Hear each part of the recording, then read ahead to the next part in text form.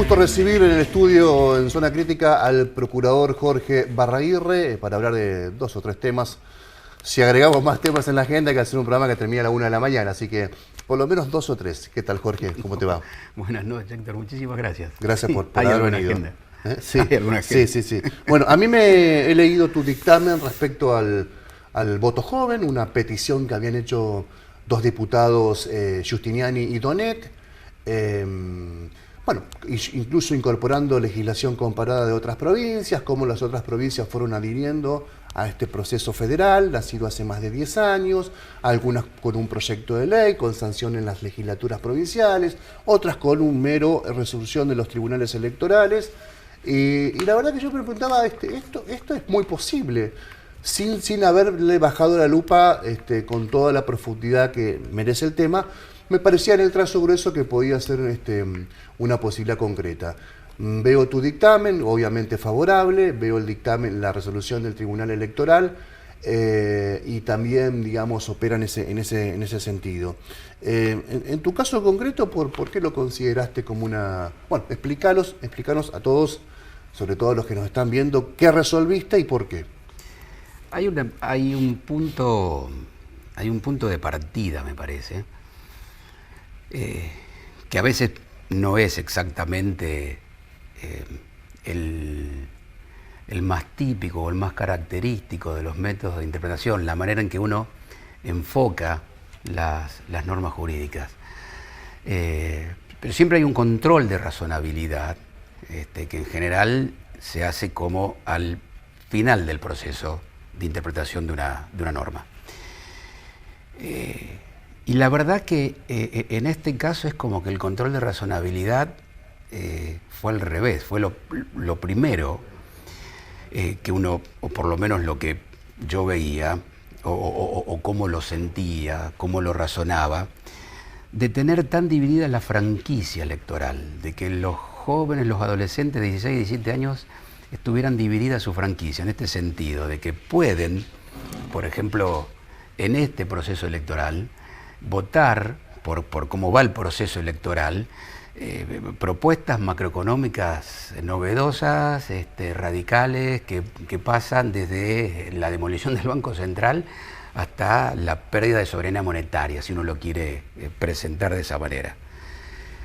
Y por otro lado, no podían vivir la democracia de proximidad, es decir, no pueden votar para que alguien les arregle el barrio, el cordón cuneta, lo pavimente, obtener los servicios de saneamientos básicos, de agua potable, porque supuestamente la Constitución no los incorpora al cuerpo electoral. Entonces, esto ya no parece razonable que a nivel de derechos, si me permitís las hojitas, yo paso a hacer como un dibujo.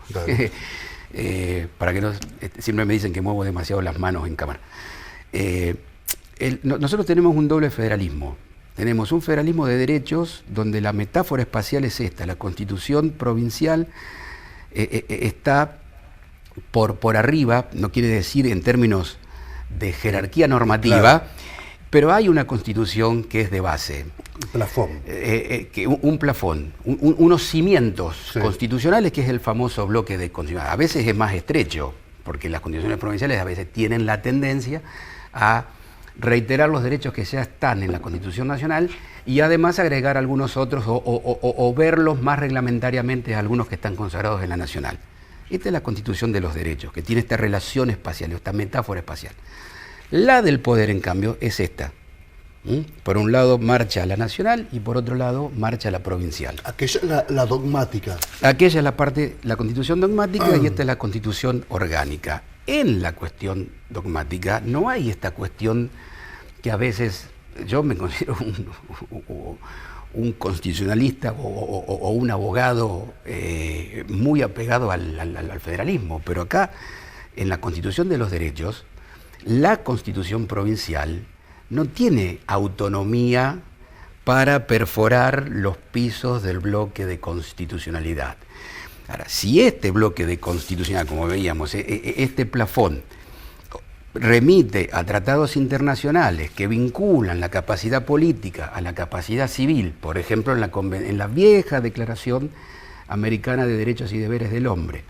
Por otro lado, en legislación internacional más reciente, vincula los derechos políticos a los derechos de participación de los adolescentes, en el artículo 12.1 de la Convención de los Derechos del Niño, y esto sirvió de base para una legislación nacional.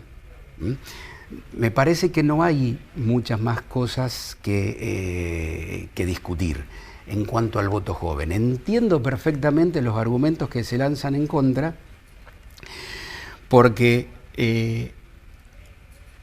están cuidando el sentido profundo que tiene una Constitución. Y me parece que es muy razonable que se plantee este tipo de debate.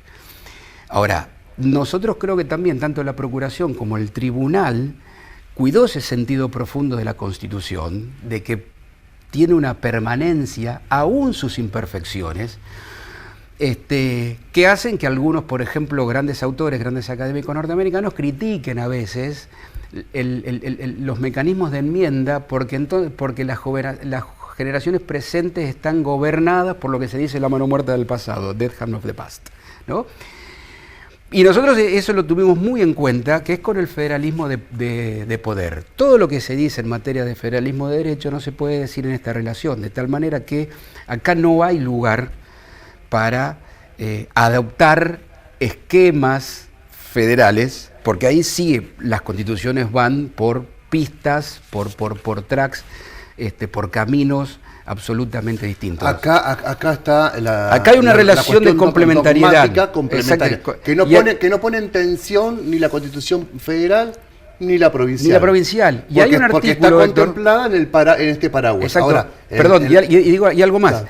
Y en ese juego hay como una aspiradora, hay un tubo de comunicación que es el artículo 6 de nuestra Constitución, que hace tres cosas. Primero, incorpora los derechos explícitos de la Constitución Nacional.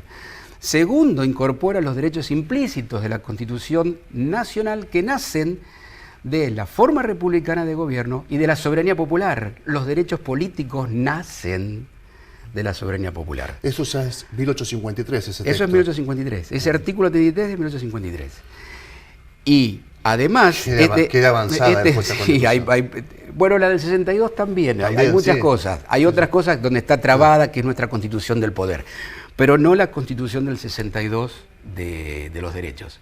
Entonces, esta aspiradora no está acá, no hay ningún canal de comunicación en la Constitución orgánica. Entonces, lo que se dice acá no se puede decir en la Constitución dogmática, no se puede decir en absoluto. Por ejemplo, acá tenés esa idea que está formada parte de la crítica, así como un órgano administrativo, creo que ahí se le bajó un poquito el precio cuando... Sí, que no es administrativo. Bueno, así híbrido. Como resuelve una situación de estas características, mañana resuelve que el gobernador puede ser reelecto. No, porque eso es Constitución del poder, eso es Constitución orgánica, eso está cuidado en el dictamen, eso está muy cuidado, tanto en el dictamen como en la resolución. Y tiene que ver con lo que ya también en su momento dije en el caso de las inmunidades parlamentarias, y el doctor Herbeta también recoge en el caso de las inmunidades parlamentarias. Pero ahí sí había una tensión entre el artículo 51 de la provincial con otras cuestiones que también hacen al poder, pero que están modificadas porque nunca estuvieron delegadas, nunca estuvieron reservadas a la provincia, que eran las relaciones internacionales. Desde 1831 en adelante, siempre los negocios de las provincias fueron delegados. En 1831 a la provincia de Buenos Aires y después, obviamente, a la Nación. Cuando nosotros hicimos esa opinión, el único caso histórico que encontramos en donde unas provincias firmaron tratados internacionales fueron en 1846 las provincias de Mendoza y de San Juan con el Vaticano, un concordato. Pero después no hay nada, porque nunca se delegó.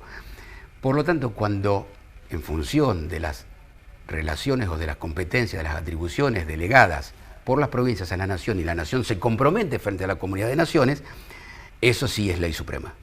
Eso sí es ley superior. Y por lo tanto, las cuestiones de la Constitución del poder que vayan en contra de esos tratados internacionales no tienen supremacía. Claro. Pero en este caso nunca el tribunal ni la procuración encontró que había esa tensión. De hecho, muchos son favorecedores, muchos han propuesto que esto sea una reforma legislativa. Bueno, la reforma legislativa, por más que sea un debate robusto, no puede modificar a la Constitución. Porque por definición la Constitución está trincherada y está fuera, encapsulada, fuera de toda intención de una legislatura coyuntural de modificar la Carta Constitucional. Pero también la Constitución te habla que el gobernador gana por el gobernador que gana se queda con la lista, de la mayoría de la Cámara de Diputados. Algo que la lista única, por una ley ordinaria, vino a cambiar también. Vino a cambiar, pero lo que cambió fue la dinámica política. Digamos, el 62, frente a... Hay que pensar también cómo trabajaron los constituyentes durante un golpe de Estado, si se quiere más gris, ¿no? Pero tenían un problema que era básicamente pensar en términos constitucionales la exclusión del justicialismo, la exclusión del peronismo. Era una democracia restringida, si ustedes quieren, o algunos tienen todo el derecho del mundo a decir que no había democracia en el sentido de que las democracias plenas que uno lo conoce actualmente. Y esa fue una solución a la italiana, donde había muchos constituyentes con la mira en Italia, con la mira en la Constitución, en los administrativistas italianos, la teoría política italiana, que tendieron a tratar de estabilizar los gobiernos minoritarios.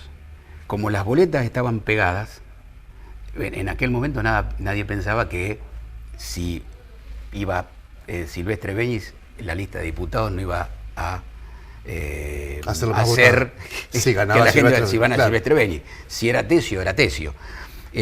La lógica esa se rompe cuando hay boleta única. Entonces ya se dio el caso de que el gobernador Bonfatti gana la elección de gobernador, pero pierde la Cámara de Diputados. Raúl Lamberto pierde con María Eugenia Bielsa. Exacto. Pero eso no es una reforma constitucional, sino que es una reforma de las dinámicas políticas. ¿Pensás que se le baja mucho el precio?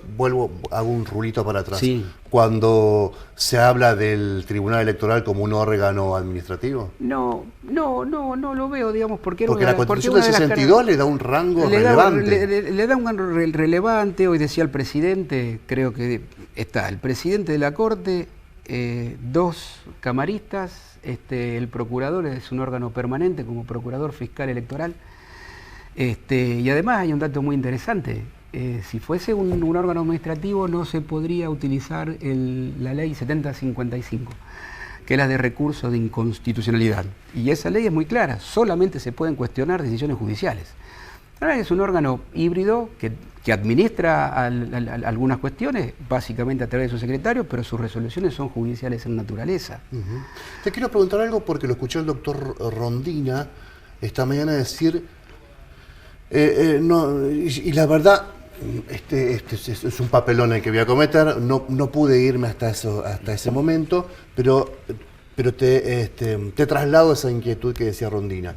Hace 2 años, frente al mismo planteo, Barraguirre y Herbeta opinaron distinto. No, Herbeta no opinó. No. Herbeta no opinó hace 2 años. Herbeta integra coyunturalmente el Tribunal Electoral Provincial. Y el presidente en aquel momento era el doctor Falistoco. Y no es un planteo similar. Habría que observar muy bien las diferencias. Si hay algo, esto no quiere decir de que uno sea invulnerable, pero si hay algo, inclusive está recogido en una extensa nota al pie de página, la consistencia de todos estos últimos años en la Procuración, tanto general como en la Procuración Fiscal Electoral, por resolver este tipo de cuestiones. Y la cuestión, en términos de vía procesal, fue absolutamente distinta, porque se utilizó la vía del artículo 10 de la Ley Nacional, que digamos que se recepta en la legislación electoral nuestra, y eso es una norma que es para el elector individual, para tratar de remover los obstáculos esencialmente el día del día de la votación, y así lo dijimos. Pero además también, si se lee con cuidado, ¿no?, el dictamen de 2021, yo anunciaba el uso de una técnica del derecho constitucional y en realidad del derecho del common law, ¿no?, que consiste en anunciar el cambio de jurisprudencia. Y lo que yo anunciaba era el cambio de jurisprudencia. Yo ya lo advertía, de que si esto no se regulaba de otra manera, o no se regulaba legislativamente, por ejemplo, en la próxima oportunidad que la Procuración tuviera de pronunciarse por las vías adecuadas, se iba a pronunciar sobre el fondo. Eso se llama prospective overruling, digamos, que es la derogación prospectiva de leyes, en el caso del common law de jurisprudencia, cuando un tribunal ve que no están dadas las condiciones, por ejemplo, por la mala utilización de una vía,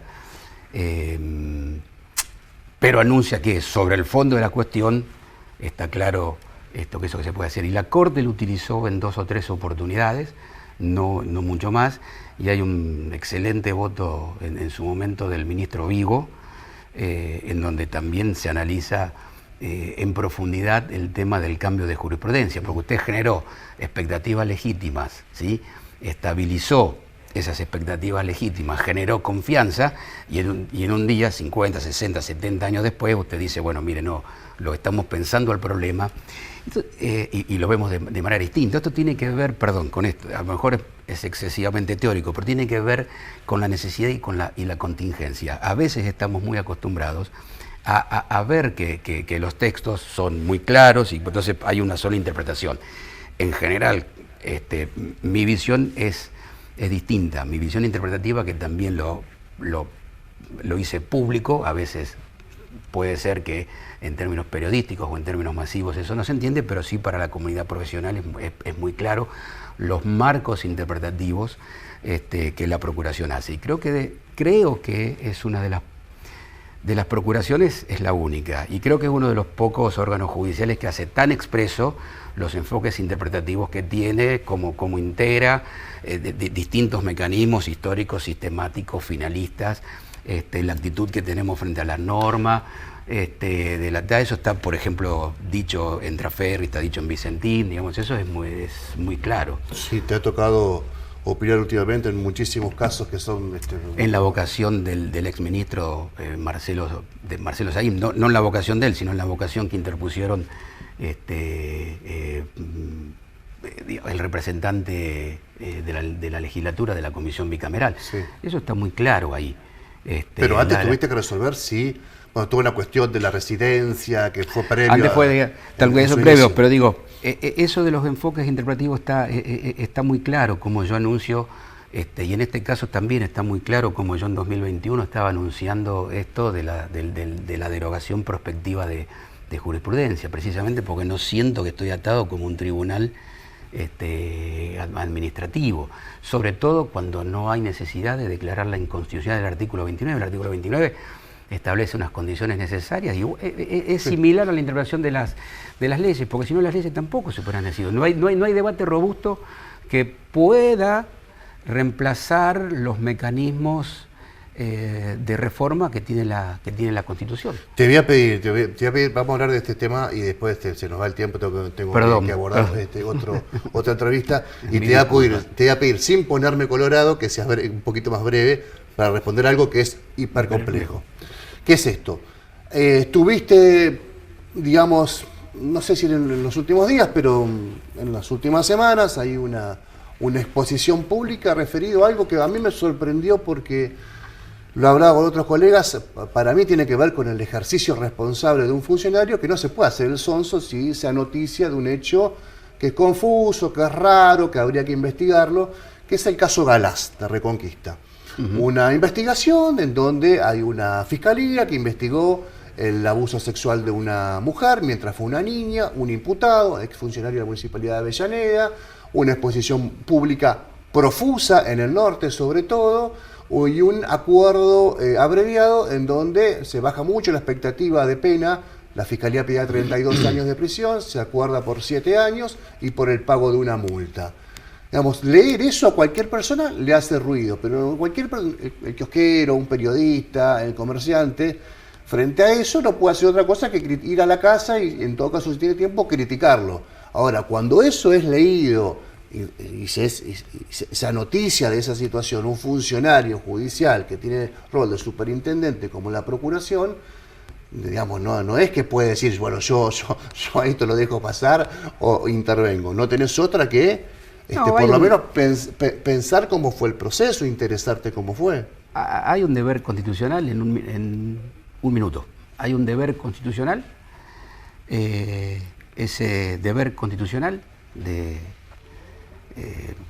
solicitar una aclaración mínima, un informe circunstanciado. Eso fue receptado por la Corte.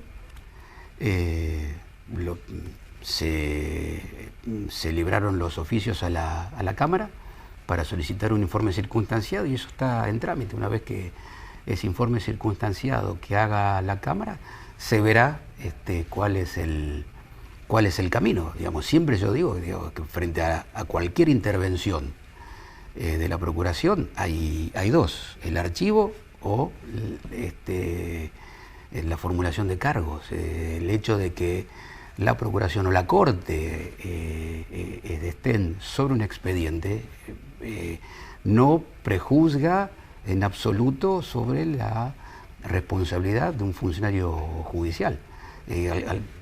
Al contrario, muchas de las denuncias, por ejemplo, que nosotros recibimos, a veces que motorizamos de oficio ante información publicada, culminan en el archivo. Yo diría que la gran mayoría, cuando alguien puede explicar qué es lo que pasó, cuando uno se acerca a ver las actuaciones, si el juez opinó, cómo opinó, si la jueza dijo esto, dijo aquello, pero no se puede renunciar al ejercicio de un deber constitucional. Es decir, la retribución, mi remuneración está vinculada al ejercicio razonable de esas funciones que tengo. Jorge, esta sí es la última. La flamante fiscal general, María Cecilia Brandisic, Ichi, ha planteado su gran preocupación respecto a la enorme cantidad de procesos, de legajos que terminan con acuerdos abreviados. No lo plantea como un hecho de corrupción, no lo ha planteado, por lo menos ahora, como un déficit del sistema, pero en esos procesos también intervienen jueces, ¿no? ¿Vos tenés la misma preocupación respecto a ese universo tan gigante de acuerdos abreviados? ¿Pensás que debería haber más controles encima de esos procesos? Vos interviniste en varios casos de jueces.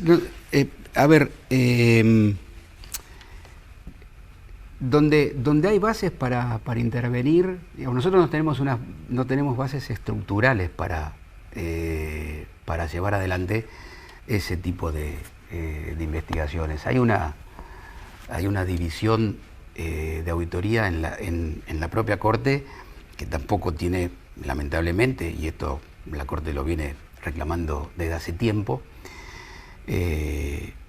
esas figuras estructurales o el personal para poder hacer ese tipo de cuestiones. Por lo tanto, lo que uno va haciendo es siguiendo esencialmente los rastros cuando alguna de las partes no está de acuerdo. El abreviado tiene la particularidad de que se termina con el abreviado. No hay actuaciones ulteriores ante cámaras, por ejemplo, o que lleguen a Corte. Creo que esto es básicamente una preocupación por parte de quienes intervienen como parte. Y en ese sentido nosotros hemos seguido en su momento la preocupación que se tuvo por parte del Ministerio Público de la acusación con las prisiones domiciliarias, que se otorgaban sin bases legales. Hubo una reforma, creo que allá por febrero del 18, donde se vinculó el Código de Procedimientos nuestros al Código Penal de la Nación. Y muchos siguieron actuando como si esa vinculación no estaba. Y eso fue una enorme actuación, una superauditoría que hizo la doctora Brandisic, y pudo de alguna manera, al controlar a quien alimenta el sistema, se pudo ver. Inclusive, digamos, la doctora Brandisic nos pasó a nosotros eso. Nosotros hicimos también nuestra investigación y hace poco, digamos, eso se mandó al archivo porque no había bases precisamente sancionatorias con los jueces que habían hecho un mal uso ya sea por cualquier tipo de cuestión, habían desprendido los artículos procesales del artículo de fondo. Así que nosotros vamos a estar también ahí muy atentos a ver qué es lo que pasa.